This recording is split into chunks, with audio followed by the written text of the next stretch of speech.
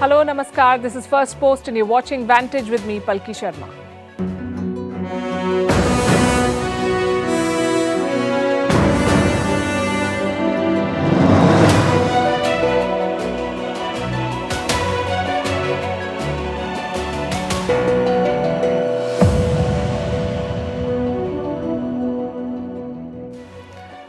It's Friday and you may or may not be partying, but we can tell you who is.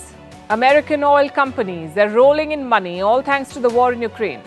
In fact, every time the American war machine feeds a conflict, its oil companies become richer. Tonight, we'll bring you the numbers and the pattern. Also, a story of how chickens come home to roost. Pakistan is complaining of cross-border terrorism. I'm serious. And Pakistan is warning the Taliban, stop terrorism or we will conduct surgical strikes. Irony is dead and buried. China's iron brother Pakistan apparently has a new rule for Ramzan, no fasting. But do you see the world complaining about Muslims being persecuted in China? Because we don't. And the self-appointed champion of human rights, America, has declared war on its women. It's denying basic human rights to half of its population. We'll tell you about it. Also, an artificial sun that is making headlines. All these stories and more coming up. The headlines first. Tensions continue to escalate over the Korean peninsula. South Korea and the US conducted joint air exercise with US B-52 bombers and fighter jets from both countries. It comes days after North Korea test-fired a new intercontinental ballistic missile. Indian Prime Minister Modi speaks to his British counterpart Rishi Sunak. He sought strong action against anti-India elements in the UK and raised the issue of economic offenders being given refuge by London. Iraq's powerful cleric Muqtada al-Sadr says he's quote-unquote freezing his movement for a year. The Shiite leader blamed the sinful practices of his supporters for his decision. Sadr has millions of supporters and he claims to be the Prophet's descendant. Europe is divided over China. The Hungarian Prime Minister backs the French President. Macron said Europe must not become a vassal of the US. Now Prime Minister Viktor Orban of Hungary says Europe must see if its foreign policy interests coincide with America. Eva Kaili, member of the European Parliament, is released from prison. She's a Greek lawmaker accused of corruption and is now under house arrest. She's accused in the Qatargate corruption scandal involving the European Parliament. And the European privacy watchdog creates a ChatGPT task force. It could be the first step towards a common policy on privacy rules on artificial intelligence.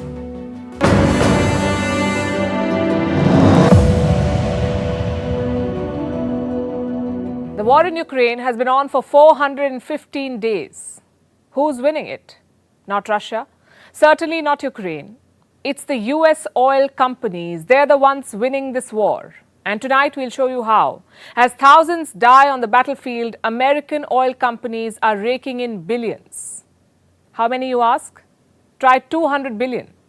And this is just in profits. US oil companies have reaped $200 billion in pure profits. The war in Ukraine shook up the energy market because the West, led by the US, sanctioned Russian oil supplies, Russian energy supplies. They restricted Russian oil and gas supplies. And US companies were the clear beneficiaries of this. We're talking about data from November 2022. That was more than 4 months ago. The earnings are still on. They're still milking this war and sharing the spoils. Oil companies are cutting big checks to their executives. Case in point, ExxonMobil. It's one of the world's biggest energy companies. Its chief executive is a man called Darren Woods. He's just got a pay raise. A dream increment, if you ask me. Woods got a salary hike of 52%. So now his salary will be almost $36 million. That's close to 300 crore rupees, the salary of a CEO. Plus there's a bonus and stock rewards. And there's a hike there too. An 80% hike, 80%. So his bonus and stock rewards will go up by 80%. And it's not like ExxonMobil is hiding any of this. The company says the bumper pay for Woods was quote-unquote reflective of record earnings and stock price performance. In other words, they're making big money. So let's pull up those numbers. Let's look at how ExxonMobil has been doing. In 2022, the company made $56 billion in profits. That's $6.3 million every hour in profits. I'll repeat that, $6.3 million every hour in profits. The shares of the company have outperformed its peers, and that too by a wide margin. They climbed by 160% last year. This is so brazen that even the US president had to speak out. Joe Biden said ExxonMobil is making more money than God. He said the profiteering by oil companies was outrageous. Oil companies' record profits today are not because they're doing something new or innovative. Their profits are a windfall of war. The windfall from the brutal conflict that's ravaging Ukraine and hurting tens of millions of people around the globe. But ExxonMobil is not the only company. Other major oil producers are also minting money, like Chevron. That's another major US oil producer, also the main rival of Exxon. Chevron made a record $36.5 billion. The European peers are making big profits too, like Shell. Shell announced its biggest profits in history. This company, Shell, has been around for 115 years. And last year, they made their biggest profits ever. Profits worth $39.9 billion. British giant BP was not too far behind. It has reported $27.7 billion in profit. And these are all big numbers. They confirm what the world has known for a while. Oil companies capitalize on instability, and they are profiting from pain. American oil companies are masters of this art. Time and again, as the American war machine enters conflicts, American oil companies take home big checks. You may remember the war in Iraq. The US went to war in Iraq by selling a lie. They said Iraqi dictator Saddam Hussein had WMDs, weapons of mass destruction, and that they pose a threat to the world. So America invaded Iraq ostensibly to save the world and bring democracy. As it happened, they only helped themselves. Iraq was devastated. Saddam Hussein was killed. The Americans did not find any weapons of mass destruction, but they did find lots of oil. After the invasion, a slew of American oil companies rushed to Iraq, from ExxonMobil to Chevron and Halliburton. They all got a share of the loot. They all got access to Iraq's oil. And in the years since, American officials have admitted this. They've confirmed that the war was only about Iraq's oil. I have some statements. The first one is from General John Abizad. He's the former head of US Central Command and military operations in Iraq. Listen to what he said, and I'm quoting. Of course, it's about oil. We can't really deny that. Next, we have Alan Greenspan, the former chairman of the US Federal Reserve. He wrote this in his memoir, and I'm quoting again. I'm saddened that it is politically inconvenient to acknowledge what everyone knows. The Iraq war is largely about oil. Then there's Chuck Hagel, a former US Defense Secretary. This is what he said. People say we're not fighting for oil. Of course we are. He said it in as many words. Iraqi lives are just collateral damage. And this story is not over. It's repeating itself in Ukraine. They're feeding another war and filling the coffers of US oil companies. Now to Pakistan. Guess what they're complaining about?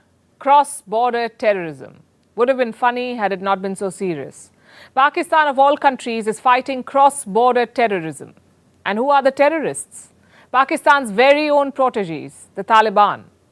They were created and nurtured by the Pakistani state, and now they're showing that they have a mind of their own. Pakistan helped the Taliban come to power in 2021, and since then, they've been fighting. Taliban fighters have entered Pakistan. They've launched terror attacks. There has been friction at the border. And Islamabad is looking helpless, unable to rein in the beast they created. So now Pakistan's defense minister has issued a warning, and it seems he's taking inspiration from India. Khwaja Asif is threatening to conduct surgical strikes. Not making this up. Listen to this, and I'm quoting from what he said. This is Khwaja Asif, the defense minister of Pakistan. He says, if that is not done, at some point we'll have to resort to some measures which will definitely, wherever terrorists are, their sanctuaries on Afghan soil, we'll have to hit them. We'll have to hit them because we cannot tolerate this situation for long. I know it's hard to process. This country is a terror state, the headquarters of global terrorism, the pioneers of cross-border terrorism. If there's one thing they've done consistently since the formation of Pakistan, it is launching terror attacks against India. And now the same Pakistan is complaining about another neighbor. You know what they say? What goes around comes around. So Khwaja Asif, the defense minister of Pakistan, is warning the Taliban leadership. Apparently they made some promises, but they failed to keep them. After all, they've learned from Pakistan, and evidently they've learned well. Reports say they were asked for two things. Number one, stop supporting anti-Pak terrorists. And number two, stop terror attacks from Afghan soil. Irony died 1,000 deaths here. Pakistan is telling a terror group it created to stop terrorist attacks. Khwaja Asif's interview has some great material for stand-up comics. Although what's happening in Pakistan is no laughing matter, they don't pull the strings in Kabul anymore. And one of Kabul's closest allies is targeting them. Pakistan's biggest headache right now is a group called the TTP, the Tehreek-e-Taliban Pakistan, also known as the Pakistani Taliban, the TTP. They are the ones fomenting trouble. In December last year, the TTP had 7,000 to 10,000 fighters in and around Pakistan's border with Afghanistan. This group is gaining influence in areas like Khyber Pakhtunkhwa, South Waziristan and North Waziristan. In November 2021, a ceasefire was secured, a ceasefire between Pakistan and the TTP, and reports say the Taliban in Kabul brokered the ceasefire. But last year, this deal collapsed. The TTP and its affiliates stepped up attacks. They began striking inside Pakistan. In 2022, they conducted at least 367 attacks. 367 attacks in a year, that's more than one attack a day. And they've been targeting Pakistani security forces. Going by one report, the TTP has taken the lives of hundreds of Pakistani cops and soldiers. Pakistan is facing a full-blown insurgency. The situation at the border is tense. And this is a landlocked border, the border between Pakistan and Afghanistan. It has 18 main crossing points, 18 checkpoints. Out of these, two are the biggest and the busiest, the Torkham and the Chaman border posts. These two are the busiest. And recently, both of them witnessed clashes. In December last year, at least 6 Pakistanis were killed in firing. And in February this year, there was a firing incident at the Torkham post. This was after a unilateral action from the Taliban. They suddenly decided to shut down the border crossing. Why did they do it? It was an act of retaliation. Apparently, Pakistan had blocked the entry of an Afghan patient's attendant. And the Taliban hit back at Islamabad. It says Pakistan is, quote-unquote, not honoring its commitments. So there is anger on both sides. The Taliban is upset with Pakistan. It doesn't like being told what to do. And Pakistan is coming to terms with the fact that the Taliban will behave like the Taliban with everyone. It wants something to be done about the terrorists, or it will explore military options, it says. And if history is anything to go by, this won't end well. Meanwhile, Pakistan's iron brother China is up to its old games. The Muslim holy month of Ramzan is on, and a new report on Chinese Muslims is out. These are the Uyghurs in China's Xinjiang province. They're among the most persecuted people in the world, and our reports say they're not being allowed to fast during Ramzan. Of course, Pakistan is not complaining or condemning this. Neither is any other Islamic nation. They only want to champion the cause of Indian Muslims. Ramzan or not, they will not question China. But we'll tell you what's going on. Quick primer first. Uyghurs are a Turkic ethnic group. Some of them reside in Central Asian countries, but most of them come from China's northwestern province of Xinjiang. It's home to over 10 million Uyghurs. They make up less than 1% of China's total population, but they're almost half of the population of the Xinjiang province. Over the last few years, these people have been under attack. Constant attack by the Chinese state. More than 1 million of them have been jailed. There are reports of forced labor and state-sanctioned rape. Uyghurs live under severe restrictions and surveillance. And now they're not being allowed to pray during Ramazan, to fast during Ramazan. Reports say China has sent spies into Uyghur villages to enforce this. Beijing calls them ears. And these spies or ears are mostly Uyghurs. China uses them to oppress their own people. What do? These spies bring reports of fasting to the Chinese authorities, and those found observing the Ramzan fast are rounded up. It's a flagrant violation of human rights, and sadly, it's not new. No one seems to be doing very much about it. Once in a while, Western agencies and leaders bring it up. As we speak, the German foreign minister is in Beijing. This is what she said earlier today. Since respect for human rights is also in our economic interest, I explained to my colleague in our bilateral talks that we are concerned that the scope for civil society engagement in China is shrinking. Human rights are being curtailed. What this means for Uyghurs is documented in black and white in the report of the High Commissioner for Human Rights.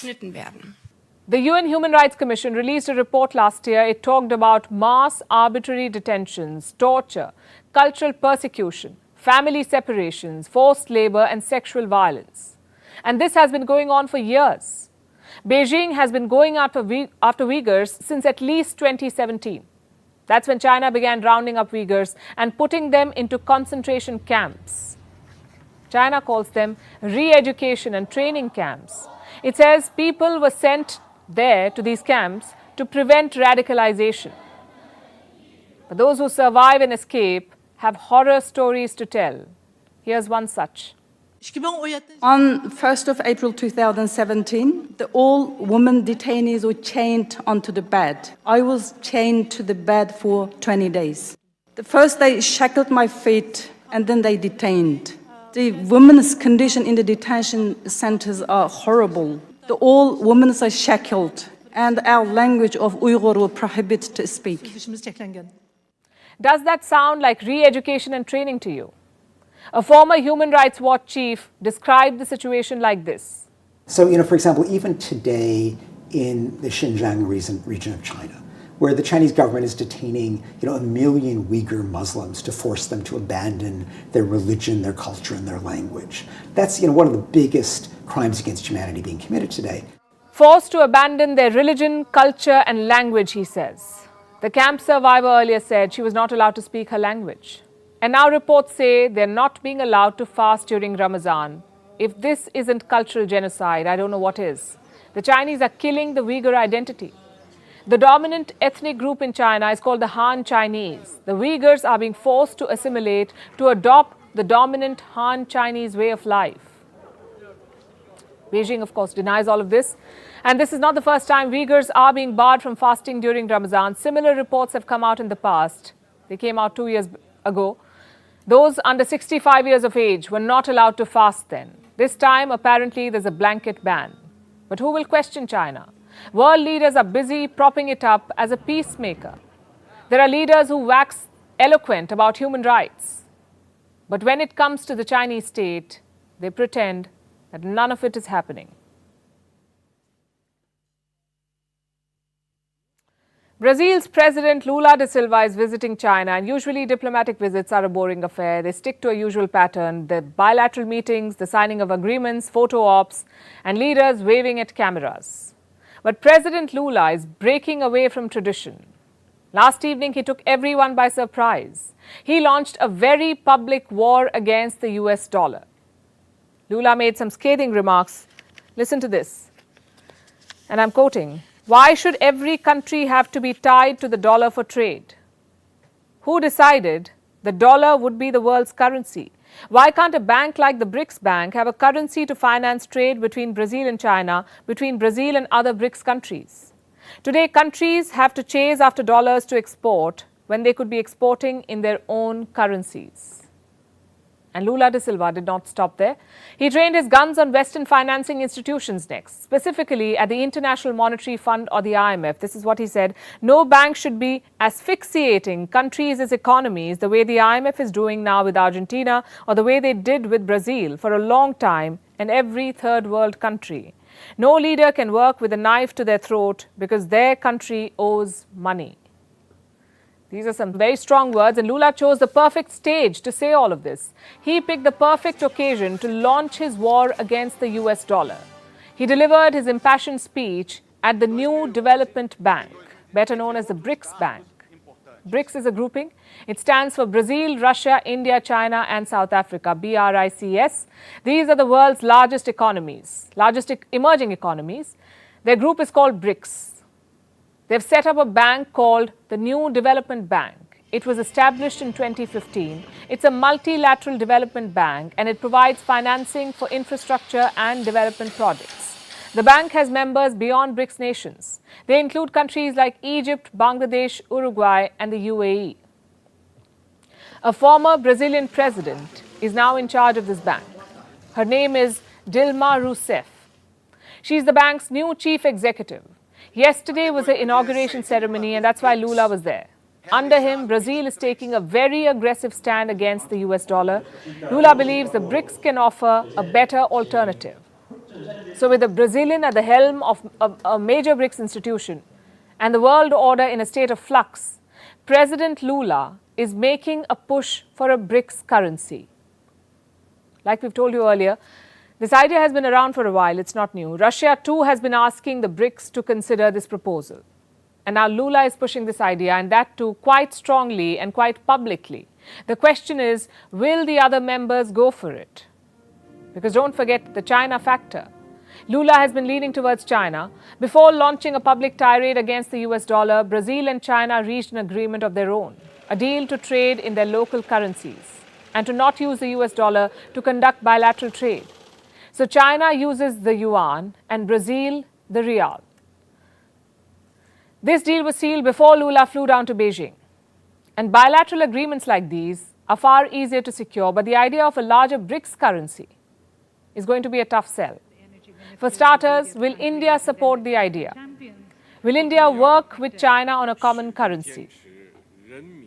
We ask this because this would encourage interdependency, and India at this point is hoping to achieve the opposite, to cut its dependence on China. So the plan for a BRICS currency may not take off just yet. But that doesn't mean that Lula is not on the right track. His statement against the dollar only echoes the larger sentiment. The dominance of the greenback is under threat, and the challengers are rising. To America now, but before I talk about my next story, let's list some of the internal problems of the US. Gun violence, police brutality, rampant racism, economic turmoil, homelessness. I could go on. But you know what America has chosen to declare war on? It's women, particularly their bodies and their agency over it. First, the facts. The state of Florida has voted to prohibit abortions after 6 weeks of pregnancy. It will be one of the most restrictive abortion laws, not just in the US, but in the world. Here's an example of how drastic it is. At 6 weeks, most women don't even realize that they're pregnant. Florida's existing law allows abortions up to 15 weeks of pregnancy. Just a year ago, it allowed abortions until 24 weeks of pregnancy. And what's the standard practice worldwide? Many countries allow abortion till 12 weeks on request and up to 24 weeks in cases of rape, incest, fetal impairment, and risk to the mother's life. In India, the limit is 24 weeks.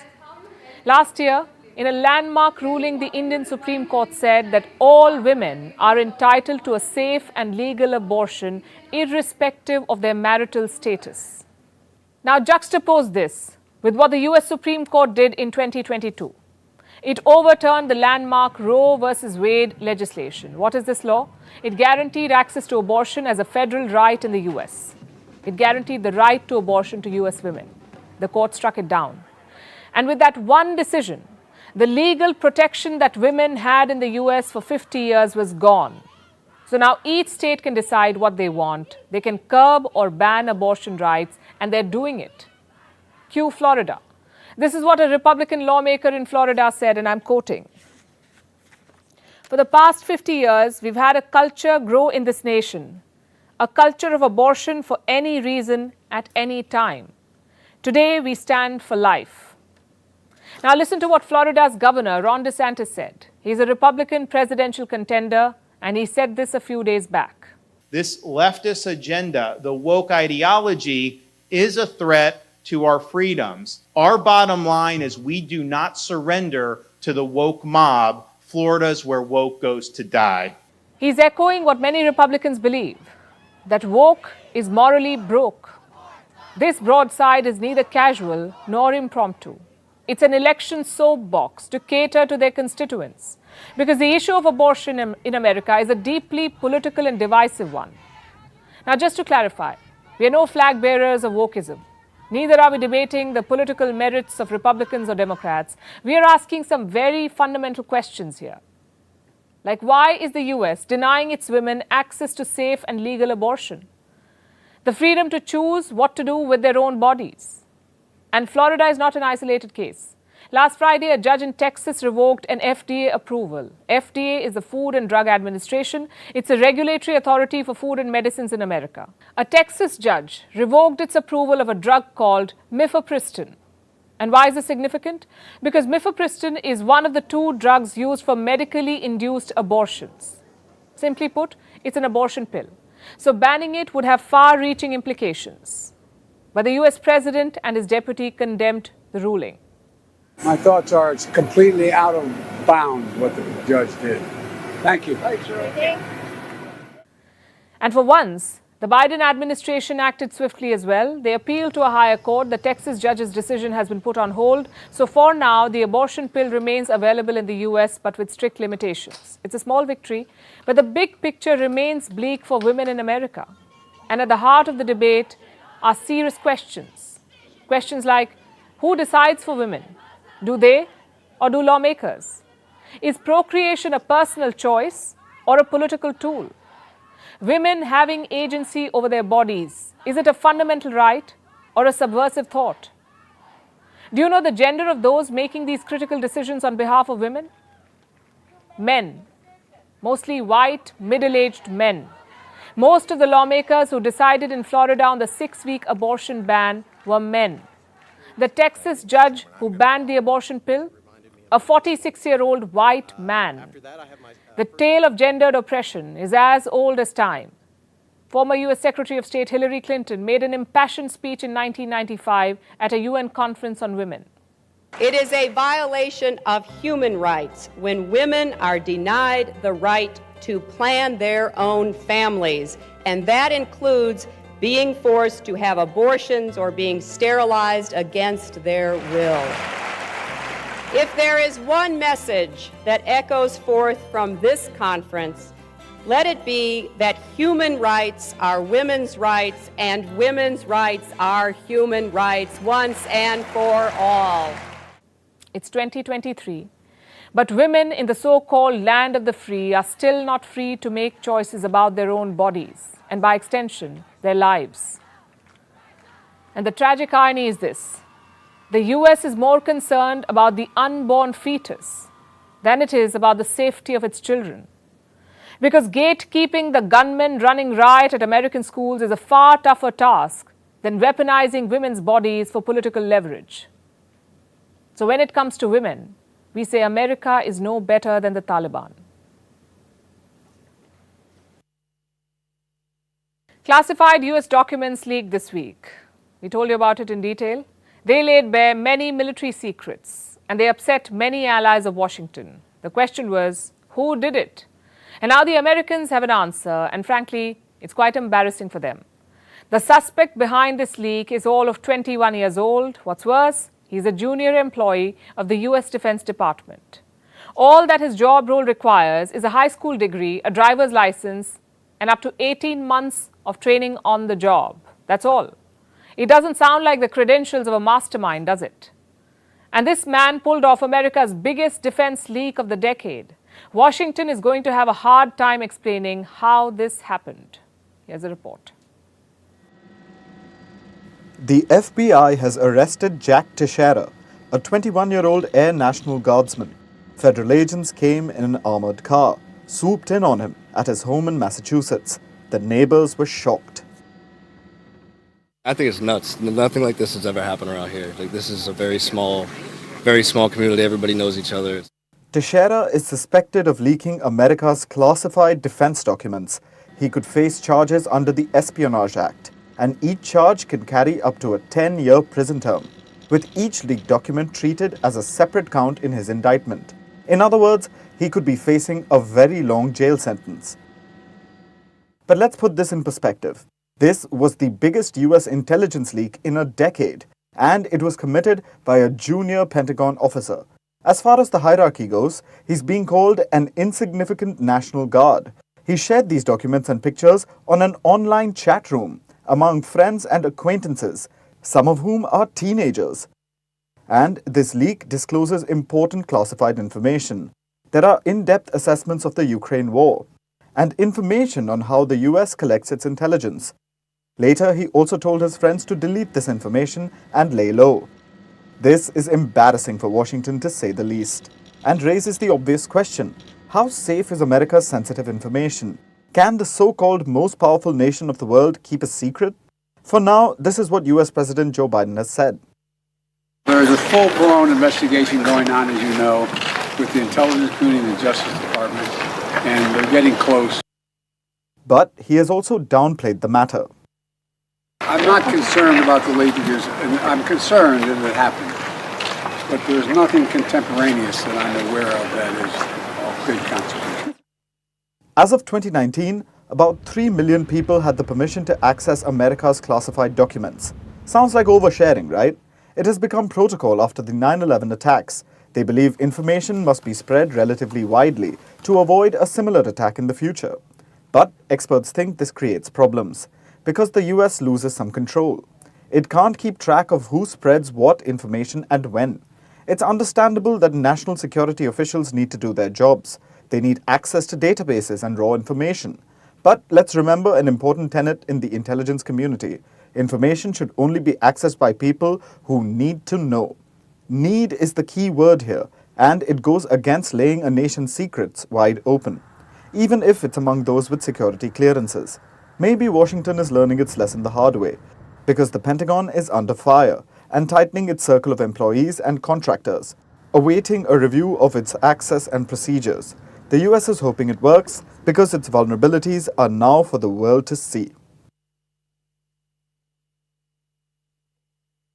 And now to Sri Lanka. It is facing its worst economic crisis, and a lot of it has to do with China, Chinese loans to be precise. But Sri Lanka is back to doing business with the Chinese. They're going to sell monkeys to China. 100,000 monkeys, because China requested for these monkeys. But why does China need them from Sri Lanka? And why is Sri Lanka selling them so willingly to the Chinese? Our next report has the answers. Recently, China approached Sri Lanka with a strange request. China said it needs monkeys, tens of thousands of them, supposedly to keep them in more than 1,000 zoos across China. And now, cash-strapped Sri Lanka is considering this request. Soon 100,000 Sri Lankan monkeys could be shipped off to China, and this would need some tweaking of laws, because Sri Lanka bans the export of all live animals. So why are they making an exception for China? To make money, perhaps. How much money? That they won't tell. The financial details of this deal are not being disclosed. But it's not just about the money. Of course, it's a big incentive given Sri Lanka's economic crisis. Every penny counts. But Colombo also wants to be in the good books of China. You could call it Stockholm Syndrome. Financial transactions with China spelled the ruin of Sri Lanka. And here they are again, selling monkeys. Experts give yet another reason, though. They say monkeys have become a menace in Sri Lanka. In fact, they're classified as pests. Sri Lanka has a population of 3 million monkeys, and they're running riot. They frequently destroy crops and make the lives of farmers incredibly difficult. Sri Lanka's monkey situation is so serious that people are now allowed to kill them in broad daylight. The country's agriculture minister, Mahinda Amaravira, gave farmers a free hand in February. He told farmers that there's no other option but to kill monkeys to control their population. Sri Lanka is famous for the toque macaque monkeys. They're endemic to Sri Lanka, meaning they're found only in Sri Lanka. But if China has its way, soon they'll also be found jumping around in Chinese zoos. Earlier this year, Colombo took away their immunity. It has removed monkeys from its protected list of species. Elsewhere, they're classified as endangered animals. The International Union for Conservation of Nature, or IUCN, has put these Lankan monkeys on its red list of endangered animals. But China says it needs them for zoos, and 100,000 of them. Here's another theory that's doing the rounds. It questions where the Lankan monkeys may end up in China, in their zoos or on their plates. Monkey meat is traditionally viewed as a prized delicacy in Chinese cuisine. It is believed to have medicinal qualities. Monkey brains are a dish only the very rich Chinese can afford. While most Chinese people view the consumption of monkey meat as boring, there is enough literature to suggest that monkey meat has been consumed in China for ages. So the odds for Sri Lanka's monkeys are not very good. Either they're sent to China, facing an uncertain future, or they're killed in Sri Lanka by a government that views them as pests. Now let's shift our focus to Africa, just like India seems to be doing. India's External Affairs Minister S. Jaishankar is on a 6-day visit to the continent. He began with a 3-day trip to Uganda and now he's in Mozambique. Mozambique is a country of about 31 million people. It's located in southeastern Africa. Jaishankar is there to foster ties. When he arrived yesterday, he was given what he calls an energetic welcome.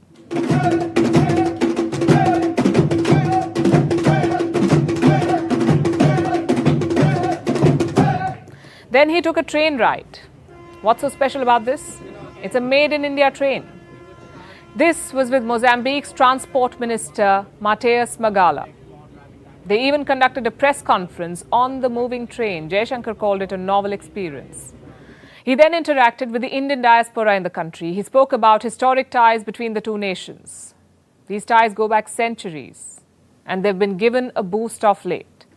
On the economic front, there's of course the made-in-India train that Jaishankar was on. He also virtually inaugurated a bridge in Mozambique. It's called the Buzi Bridge. It's more than 700 meters long. It was funded by an Indian line of credit.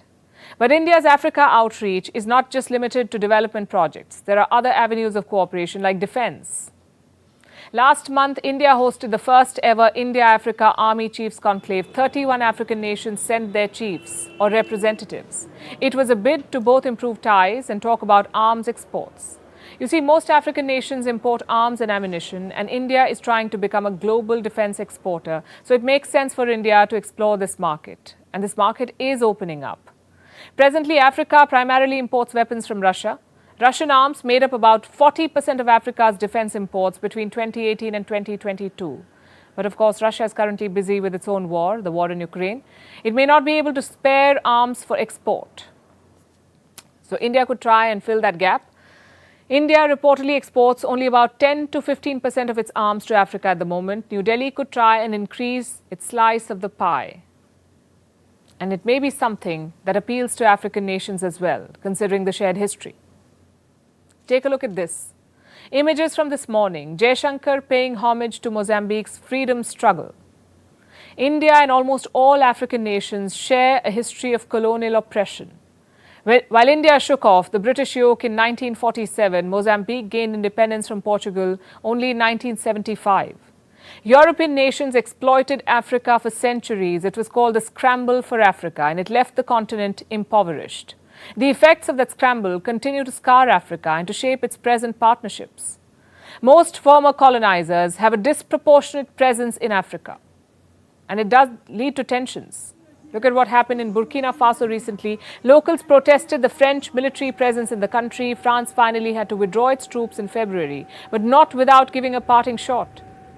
Paris was critical of Moscow's influence in Africa. It said Russia was trying to make inroads into the continent, trying to expand its military influence.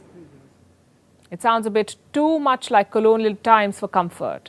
Europeans bickering over who controls what in Africa. But India could offer something different, a partnership based on mutual respect, a coming together of the so-called global south, instead of nations once again becoming pawns in the great power games. That is what India is working towards, and Jaishankar's trip is another step in that direction. Have you heard about an artificial sun? Like a human-made sun that can generate power. China has made it. It's quite a feat. China's artificial sun has broken a world record. It's been able to produce power by fusion for a full 7 minutes. Fusion is the joining of two atoms. When they combine, they produce a lot of energy. And this is the energy that powers the sun and stars. Now it's being created in a Chinese lab, and they're not the only ones working on it. Fusion power can change the world. It may sound like science fiction, but it's being developed as we speak. Our next report tells you more. It seems the world is revolving around artificial suns. From scientists to movie enthusiasts, people can't stop talking about them.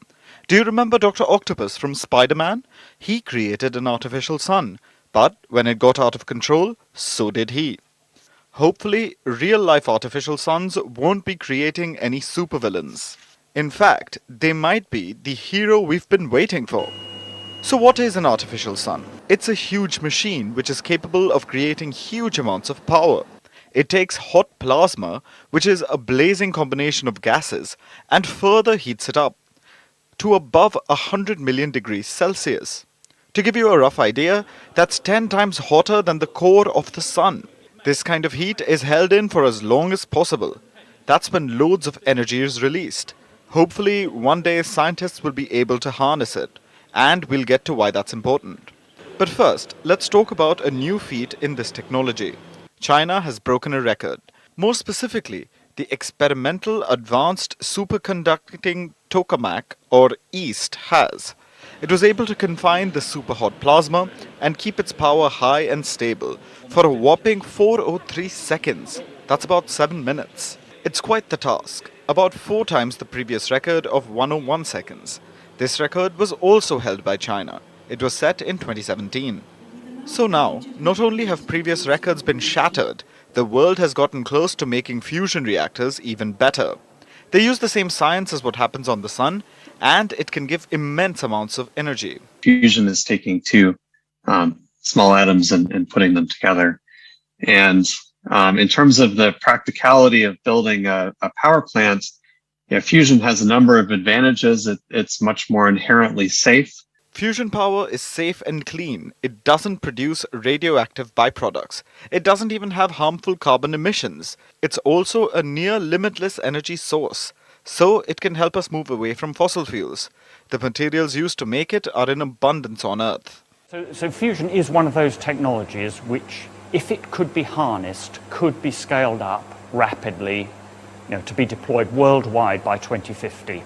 And could make a very big difference to climate, to carbon emissions and therefore to climate change from 2050 onwards. So this is clearly an exciting time for green energy. That's why many artificial suns are being tinkered with. I think this is a very exciting time. People have been working on fusion for many decades.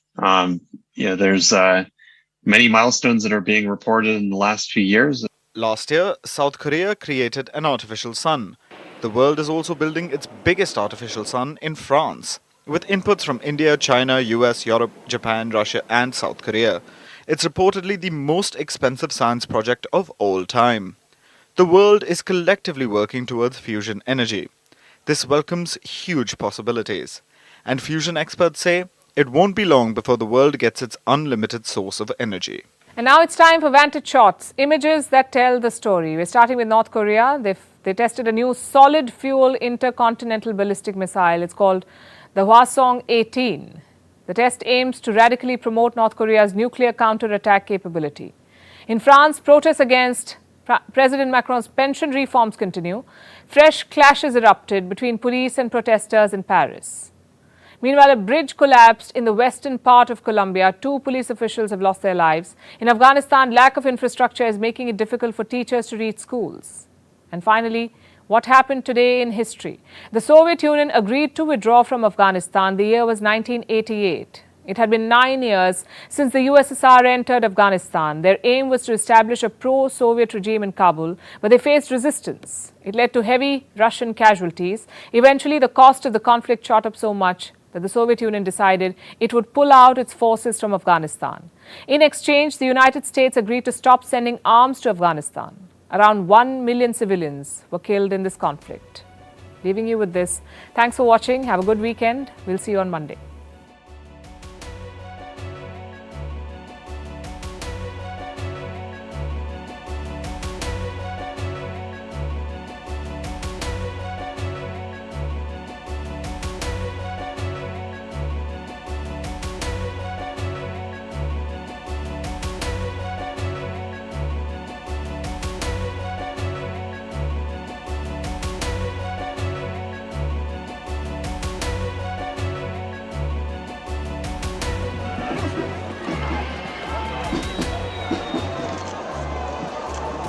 Ils sont retraits.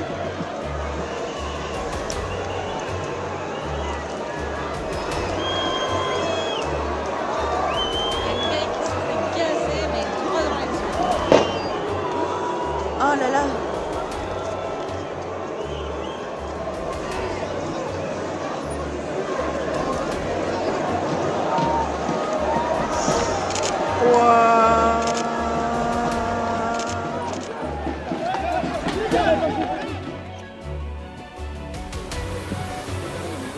Uy, Dios mío.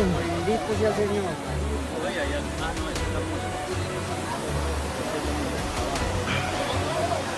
Señor bendito.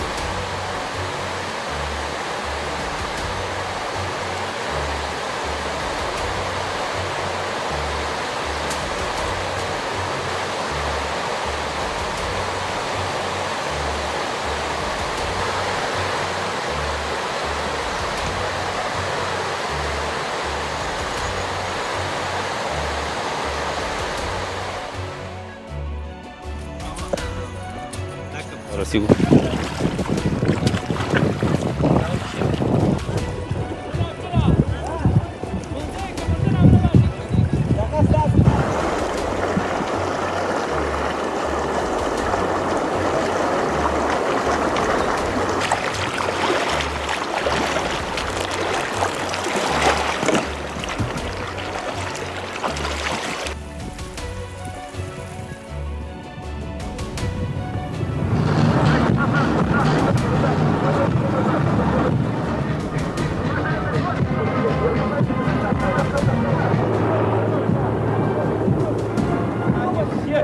Советских людей, всей мировой общественности.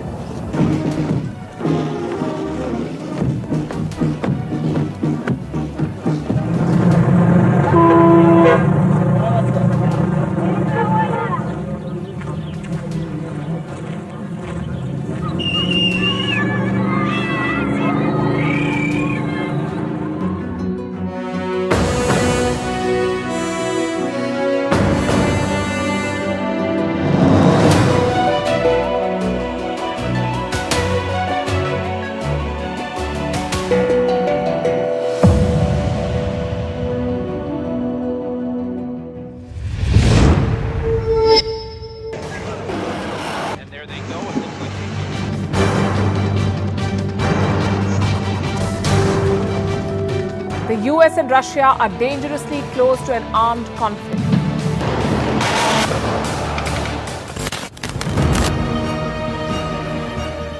This year, 2023, New Delhi will be the capital of global diplomacy.